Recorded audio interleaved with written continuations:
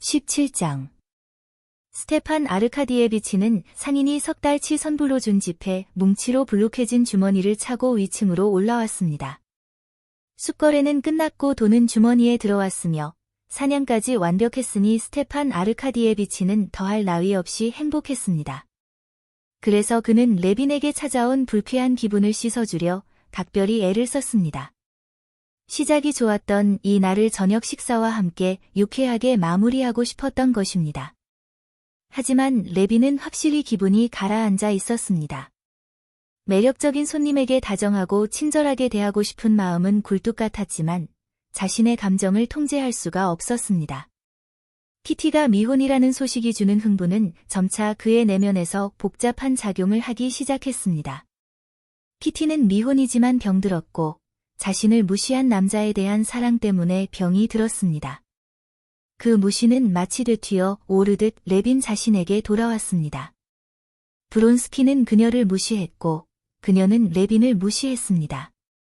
결과적으로 브론스키는 레빈을 경멸할 권리를 가졌고 따라서 그는 레빈의 적이었습니다. 레빈이 이 모든 것을 논리적으로 따져본 것은 아니었습니다.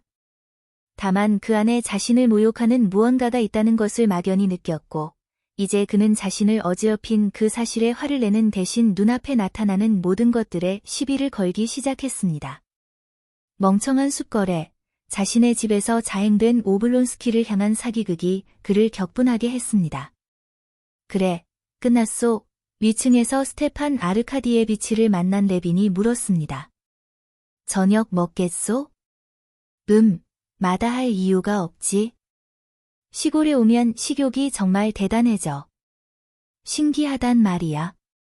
그나저나 왜 랴비닌에게는 아무것도 권하지 않았나? 에이, 그놈 따위. 그래도 사람을 너무 박대하는군. 오블론스키가 말했습니다. 악수조차 안 하더구먼. 왜 악수를 안 해준 건가? 난 하인과도 악수하지 않소. 그리고 하인은 그놈보다 100배는 나은 사람이니까. 자네 정말 반동주의자군. 계급 간의 융합은 어쩌고? 오블론스키가 말했습니다. 융합을 좋아하는 사람이나 하라고 하시오. 난 구역질이 나니까. 정말 철저한 반동주의자구먼. 진심으로 난 내가 무엇인지 생각해 본 적 없소. 난 콘스탄틴 레빈일 뿐이오. 그리고 기분이 아주 나쁜 콘스탄틴 레빈이지. 스테판 아르카디에비치가 미소 지으며 말했습니다. 그래요. 기분이 나빠요. 왜 그런 줄 아오? 미안하지만 당신의 그 멍청한 거래 때문이요. 스테판 아르카디에비치는 잘못한 것도 없이 공격받는 사람처럼 너털웃음을 지으며 미간을 찌푸렸습니다. 자, 이제 그만하게. 세상에 물건을 팔고 나서 그거보다 훨씬 비싼 건데라는 소리를 안 들어본 사람이 어디 있나? 하지만 막상 팔려고 내놓으면 아무도 값을 안 쳐주는 법이지. 아니, 자네는 저 불쌍한 랴비닌에게 유감이 있는 모양이야. 그럴지도 모르죠. 이유를 아오? 당신은 또 내가 반동주의자니 뭐니 하는 무시무시한 단어를 쓰겠지만 난 내가 속한 귀족 계급이 사방에서 몰락해가는 꼴을 보는 게 짜증나고 화가 나요. 계급 융합이니 뭐니 해도 난 내가 귀족이라는 게 좋소. 그리고 그들의 몰락은 사치 때문이 아니오. 사치라면 차라리 낫지. 품위 있게 사는 건 귀족이 마땅히 할 일이고 오직 귀족만이 그 법을 아니까. 지금 우리 주변의 농부들이 땅을 사고 있는데 난 그건 상관 안 하오. 지주는 아무것도 안 하고 농부는 일해서 게으른 자의 자리를 꿰차는 건 당연한 이치니까. 난 농부들을 위해 아주 기뻐할 수 있소. 하지만 내가 참을 수 없는 건 일종의 뭐라고 불러야 할지 모르겠군. 천진함 때문에 몰락해가는 과정이요. 니스에 사는 어떤 젊은 여자에게서 폴란드 투기꾼이 멋진 영지를 반값에 사버리고 어떤 상인은 10루블 가치의 땅 3에이커를 고작 1루블 빌려준 담보로 뺏어가지. 그리고 여기 당신은 아무 이유 없이 저 악당에게 3만 루블을 선물했잖소. 그럼 어떡하란 말인가? 나무를 일일이 세웠어야 했나? 당연히 세웠어야지. 당신은 안 세었지만 랴비니는 세었소. 랴비니네 아이들은 먹고 살 길과 교육을 보장받겠지만 당신 아이들은 그렇지 못할 수도 있단 말이오. 미안하지만 그런 계산질엔 무언가 비열한 구석이 있네.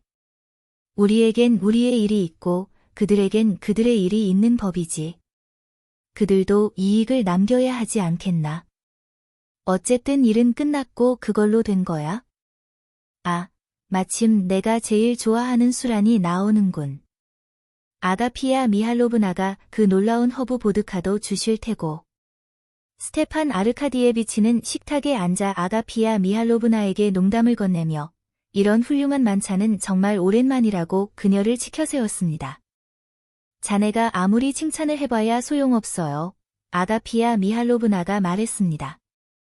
우리 콘스탄틴 드미트리에비치님은 뭘 드려도 빵 껍질 한 조각을 드려도 그저 툭툭 털고 일어나실 분이니까요.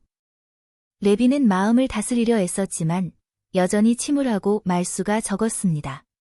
스테판 아르카디에비치에게 꼭 묻고 싶은 질문이 하나 있었으나 좀처럼 용기가 나지 않았고 어떤 단어로 어느 타이밍에 물어야 할지도 알 수 없었습니다. 스테판 아르카디에비치는 아래층 자기 방으로 내려가 옷을 벗고 다시 씻은 뒤 주름 장식이 달린 야간용 셔츠를 입고 침대에 누웠습니다. 하지만 레비는 여전히 방에 머물며 온갖 사소한 이야기만 늘어놓을 뿐 정작 알고 싶은 것은 차마 묻지 못하고 서성거렸습니다. 이 비누는 정말 기가 막히게 잘 만들었군. 레비는 아가피아 미할로브나가 손님을 위해 준비해 두었으나 오블론스키는 쓰지 않은 비누 조각을 만지작거리며 말했습니다. 이것 좀 봐요.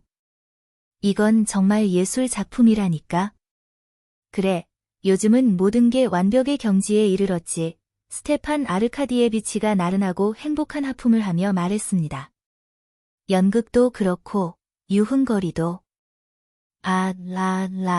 그가 다시 하품을 했습니다. 어딜 가나 전기 조명이 번쩍이고. 그래요, 전기 조명이라. 레빈이 말을 받았습니다. 그렇죠. 그런데 브론스키는 지금 어디 있습니까? 비누를 내려놓으며 그가 불쑥 물었습니다. 브론스키, 스테판 아르카디에비치가 하품을 멈추고 말했습니다. 페테르부르크에 있네. 자네가 떠나고 얼마 안 있어 거기로 갔는데 그 뒤로 모스크바에는 단 한 번도 오지 않았어. 그런데 코스티야, 내가 솔직히 말해줄까? 그는 탁자에 팔꿈치를 꿰고 잘생긴 붉은 얼굴을 손으로 받치며 말을 이었습니다. 그의 촉촉하고 선량하며 졸음 섞인 눈은 별처럼 반짝였습니다. 그건 자네 잘못이야. 자네는 경쟁자를 보고 겁을 먹고 도망친 거라고. 하지만 그때도 말했듯이 난 누가 더 유리한지 알 수 없다고 했네. 왜 끝까지 싸워보지 않았나? 내가 그때 분명히. 그는 입을 벌리지 않은 채 속으로 하품을 삼켰습니다. 이 사람은 내가 청혼했다는 걸 알고 있을까? 모를까?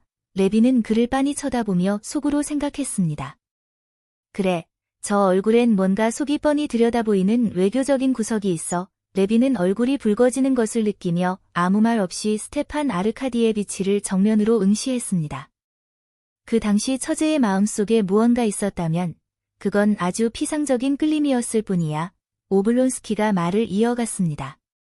그가 완벽한 귀족이라는 점이나 사교계에서의 장래성 같은 것들이 영향을 미쳤겠지만 그건 처제가 아니라 장모님 생각이었지. 레비는 미간을 찌푸렸습니다. 거절당했다는 굴욕감이 마치 방금 입은 생채기처럼 심장을 찔렀습니다. 하지만 이곳은 그의 집이었고 집의 벽들은 그를 지탱해주는 든든한 버팀목이 되어주었습니다. 잠깐만요. 레빈이 오블론스키의 말을 가로막으며 시작했습니다. 자네는 그가 귀족이라고 말하는군. 하지만 묻고 싶소. 브론스키나 그 누구의 귀족다움이라는 게 도대체 무엇으로 이루어져 있기에 내가 무시당해야 한단 말이오? 자네는 브론스키를 귀족이라 생각할지 모르지만 난 아니오. 아버지는 모략으로 밑바닥에서 기어올라온 사람이고 어머니는? 하느님만이 아시겠지. 그녀가 얼마나 지저분한 관계들을 맺고 살았는지. 아니, 미안하지만 난 내 자신을 귀족이라 생각하오. 우리 가문처럼 과거 3, 4대에 걸쳐 명예로운 세대를 이어오고 최고의 교양을 갖추었으며 누구에게도 아첨하지 않고 내 아버지나 할아버지처럼 그 누구에게도 의존하지 않은 사람들이 진짜 귀족이란 말이오. 난 그런 사람들을 많이 알고 있소. 자네는 내가 숲의 나무를 세는 걸 비열하게 여기고 랴비닌에게 3만 루블을 선물하지만 자네는 영지임대료니 뭐니 해서 거저 얻는 소득이 있겠지만 난 없소. 그래서 난 조상 대대로 물려받았거나 내 노동으로 일궈낸 것들을 소중히 여긴단 말이오. 우리가 진짜 귀족이오. 세상 권력자들의 은총에 기대어 살거나 고작 몇 푼에 매수당하는 그런 자들이 아니라 말이오. 하지만 자네는 지금 누구를 공격하고 있는 건가? 나도 자네 말에 동의하네. 스테판 아르카디에비치가 진심 어린 온화한 태도로 말했습니다. 비록 레빈이 말한 고작 몇 푼에 매수당하는 부류에 자신도 포함되어 있다는 사실을 알고 있었지만 말이죠. 레빈의 뜨거운 열정은 그에게 오히려 즐거움을 주었습니다. 누구를 공격하는 건가?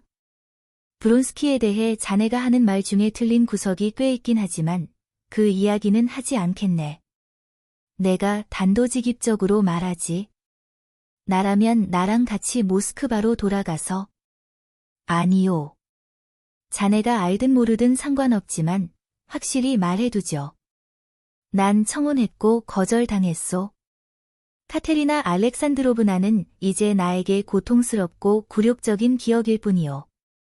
도대체 왜? 그런 바보 같은 소리가 어디 있나? 더 이상 그 이야기는 하지 맙시다. 내가 무례했다면 용서해 주시오. 레빈이 말했습니다. 마음을 터놓고 나니 그는 다시 아침의 모습으로 돌아왔습니다. 스티바, 나한테 화 안 났죠? 제발 화내지 마요. 그는 미소 지으며 친구의 손을 잡았습니다. 당연히 화 안 났지. 조금도 그럴 이유도 없고. 우리가 솔직하게 대화해서 기쁘네. 아, 그리고 그거 아나? 아침 도요새 사냥이 기가 막히다네. 한 번 더 나가는 게 어때? 어차피 난 오늘 밤 잠을 잘 못 잘 것 같은데 사냥 끝나고 바로 역으로 가도 되니까 말이야. 그거 좋군요.